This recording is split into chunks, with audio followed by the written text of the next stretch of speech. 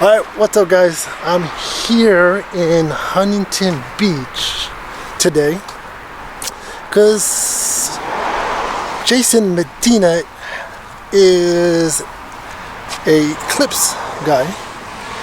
We met through Instagram and actually probably through YouTube first. So he reached out to me actually months ago on YouTube. He did a shout out video.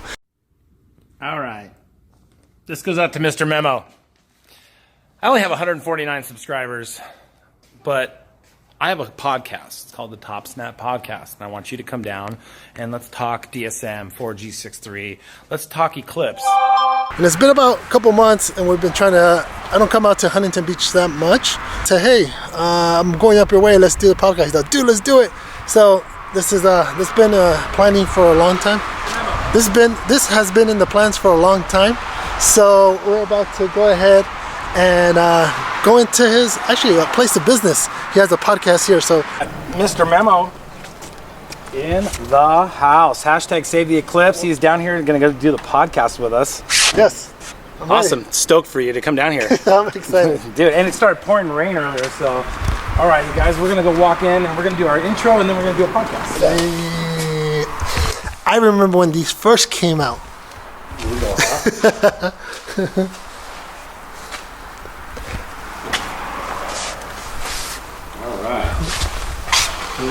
We got, do you go by Mr. GSX or what is Mr. Memo? It's called a Memo. Memo. But I'm saying when you're on your channel.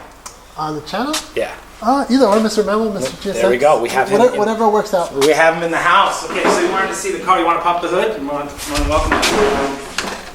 I think you know this car pretty well. Oh, is it too much? Oh, Yeah. Let me move this thing back here. Yeah, so we're going to go inside and do the podcast, you guys. So. Come here.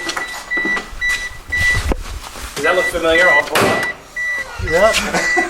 I just came from it. Oh, man. Which one? The white one? Oh, wow. Panda? Yeah.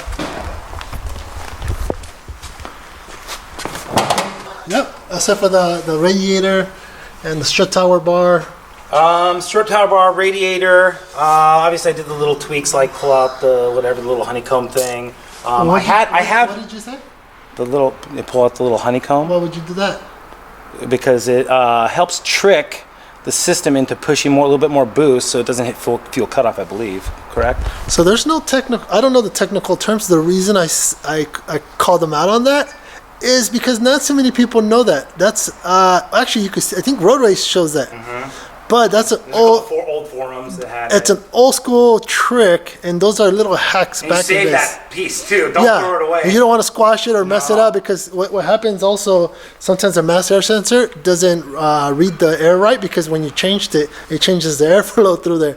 But those are little hacks, and there's another little hack. I wonder to see if he knows it. But there's like I said, no pressure, no pressure. There's pressure. No pressure. Trust me. Oh God, because now I've encapsulated myself with the new. This is my new baby girl. Nice. You know what these are, right? Chevy SS. Yes, well, I didn't really know too much about it until you told me. Yeah. Obviously, it has an LS motor LS3. in it. LS3. And it's built on the Zeta platform, which is the Cadillac CTS. Oh, okay. CTS-V platform. But the price difference is? About 10 or 15,000. Well, this was like 52,000 because I got the last one in California. Oh, they only made like 12,000 total. And so they're still not cheap. Oh no! If you can get them now, they'll hold the value really good. And they're matted to this one. If you get the 6-speed manual, it's matted to the same Viper Tremec 6066, I believe. Okay. And electronic rear diff, magnetic ride control, the same one that's on all like the high-end GM shit. It's fun. So yeah, and I don't know if a lot of you guys know on my channel that I'm just a huge car guy. So prior to my Eclipse, so getting back into Eclipses, I was working on a 66 Chevelle, and I had an LS1 motor. It's a 5.3 liter. Obviously, if you know 5.3 liters, they came out of the truck. So I was going to drop that in the I was going to drop it into 66, but I got a sponsorship and support through Don Hardy Race Cars. They're based out of Texas, which they're huge LS motor guys.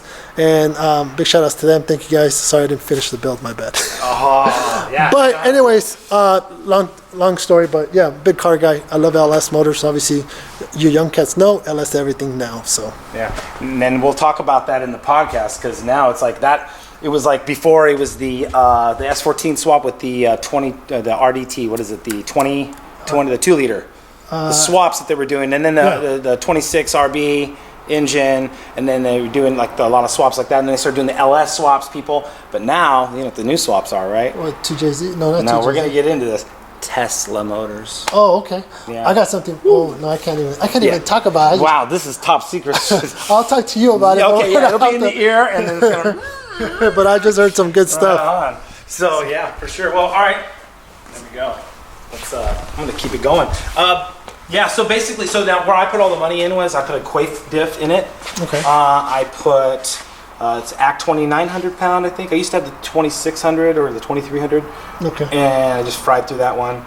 I have all the hard piping and all that crap for it, but I took it off to get it smogged, just because. What type of piping? It's just some generic Chinese stuff that was like I bought it from I bought a bunch of these cars at one time. I had like 4 or 5 in my driveway. In fact, your house in your videos looks like my old place, dude. Like the door and the color and everything. And when I come out, like I'd have like Eclipse in the garage. I was gonna turn this into an all-wheel drive conversion, but I ended up selling. I had that GSX. It was a green one I bought from South Carolina. I had it shipped over here. Had front end damage.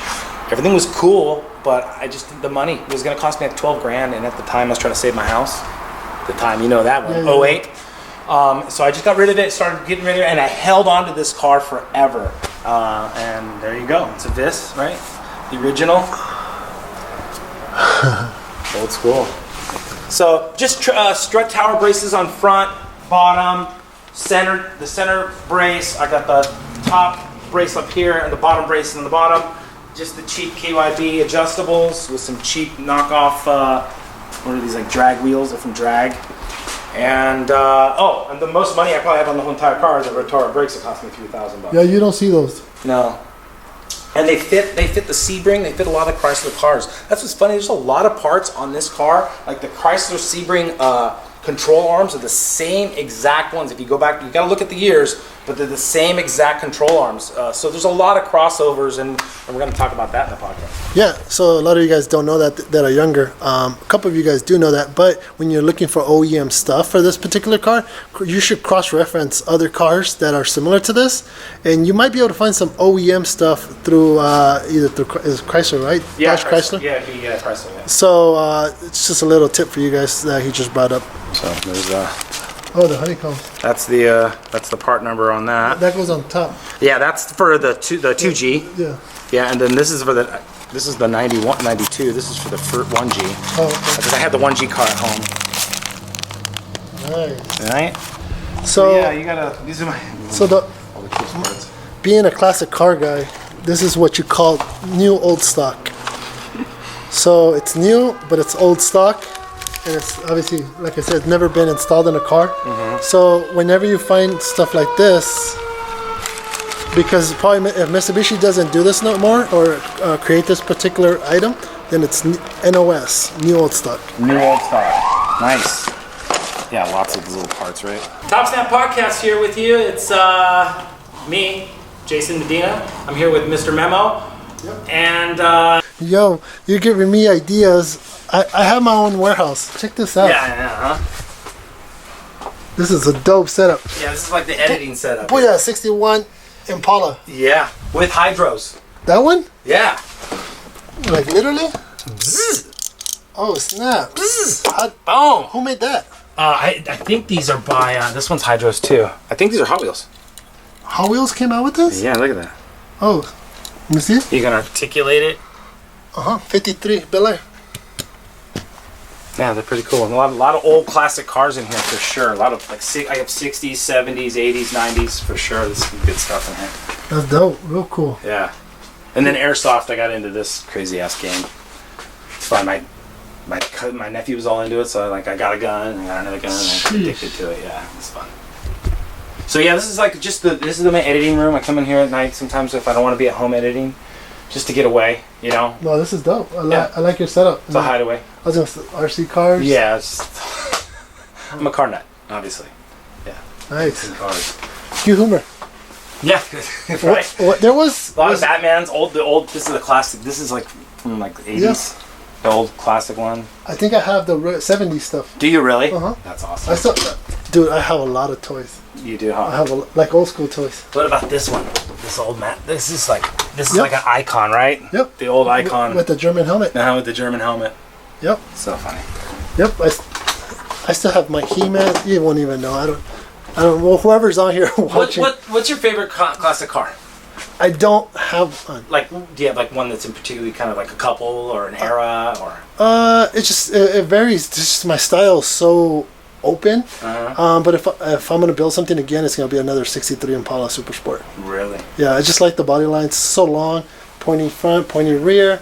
I've had a '62. I've had '64s. I love them all. Yeah, 60. And I'm a fan. My buddy had a '63, and it wasn't an SS. It's just that he had the 326 with the 2-speed. How'd you glide? Wait, 327. no, Power Glide. Power glide, sorry. Power glide, 2-speed with the was that 326? 327. 327. 327. I had a 326 because I had the Tempest with the Yeah. 2-speed. So we both had those cars. Yeah, even this one. Look. Yeah, little Charger. So there was something with one of these that had a mislabel or something. I didn't get really deep into them, but I knew something that was special about one of these if you found it. Really? Yeah, there's a lot of those with those cars. It's crazy. Cool. Yeah.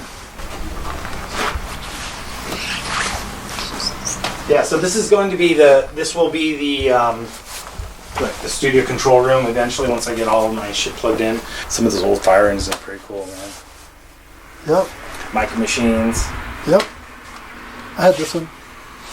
I still have it probably. Like the old Ovaltine and PepsiCos. I think I have that. Do you really? That's Literally I have. that's so funny, huh? I have a bunch of stuff. Oh, yeah, I keep nostalgia for like old phones. Yeah. Remember this game? Yep. Football. Yeah, right. That's football 1 or 2, I think. I think that's 1, and then football 2 is green, I think. I don't know. I have one still, and it still works. Really? Yeah, that thing still works, man. I can't even believe it. It still works. I put a battery in every once in a while. Then just old cameras, like this is from 1898, I believe. I don't know if it's close to like maybe. Look, I could be wrong. No. Yeah, look at it out. Look it up. I'm pretty sure that was the. For sure, early 1900s. I could. It's. Yeah, it's pretty freaking old. Yeah. From what I looked at online, that's what the 1890. No, like you said, early 1900s. Yeah, there's no way there was 1898. No, it's early. It's early 18. Yeah. No. 1898 was when my grandfather was born. That's what. So I think at the earliest it'd be like 1920, 1925, 1920s. Yeah. That's at the earliest. The earliest, right? Yeah, it wouldn't be 1800s, right? I collect classic. Do you really? So yeah. And that would be like what, 50s, right, or 60s? This old Polaroid. Yeah, it'd probably be a little 60s. Late 60s. Yeah, it's a little bit more. You can tell it's a little bit more. Yeah. Modern. Yeah, I've never seen one of these. Really? Yeah, it's got the same style pull. I was like, funny. It was like, oh shit, they didn't really same diverge technique. much. Yeah, same technique. So. Yes. So for a lot of you guys that don't know as well, I grew up at the auto swap meets, classic car swap meets, and antique swap meets, and your basic swap meets. For those that are from the East Coast, what are they called? They're flea markets. So I would walk with my dad. My dad would be like, look, find this, find that, find this. And then that's how I learned how to hustle and do stuff, is I would buy and pick stuff for him, and then I would turn around and sell it and make him profits. And then I would always carry about $200-300 in grade school because I was always hustling stuff like that. So anything that has to do with, like I said, that's why I know about the cameras. That's why I know about the video games, the fire engines, like all this little stuff. All the trinkets, like the again, just even the even those, right? I remember when those came out. Yeah. Do I have anything in here? Let's see. No, just some magazines or whatever. Yeah. But that's how I started, and I mean, and when he said Gary Vee, I understand where he's coming from, because I had baseball cards, I had football cards, and my dad would allow me to set up in his stall at a swap meet and sell my stuff, and I would put prices on it. And then at the time, there was no way to search it online, so you would rely on the Beckett. And that's why this guy's successful. Sheesh. I don't feel like I'm successful. Yes, you are, sir. I'm just having fun.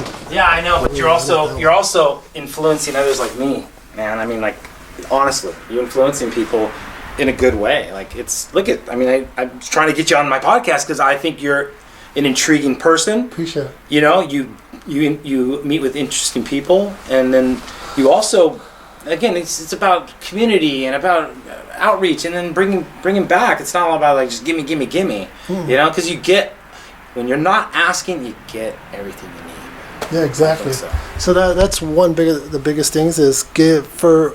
What it took me a long time to understand personally is it's not all about me, and it's about giving more. And so I think that's me coming into this community of DSM and even the automotive import scene. It was huge because it took me a long time to understand that giving back, and it just happened to be at this right moment, at this right time, save the Eclipse, everything.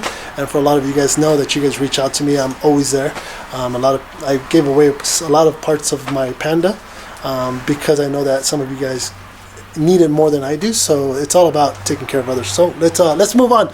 We're talking too much here, but let's talk more here. Yes. Yeah. Okay. Let's sit down. Let's get the cameras going. So we just finished filming the podcast. Make sure to stay tuned. I'll post the link below on the description so you guys can go watch the full video. We talked about everything. Talked about live cars, just everything. Nostalgia. So there you go. So thanks for watching. Thanks for tuning in. Make sure to click on the link below and hit the thumbs up as well. The link below will have this whole video. So go watch it.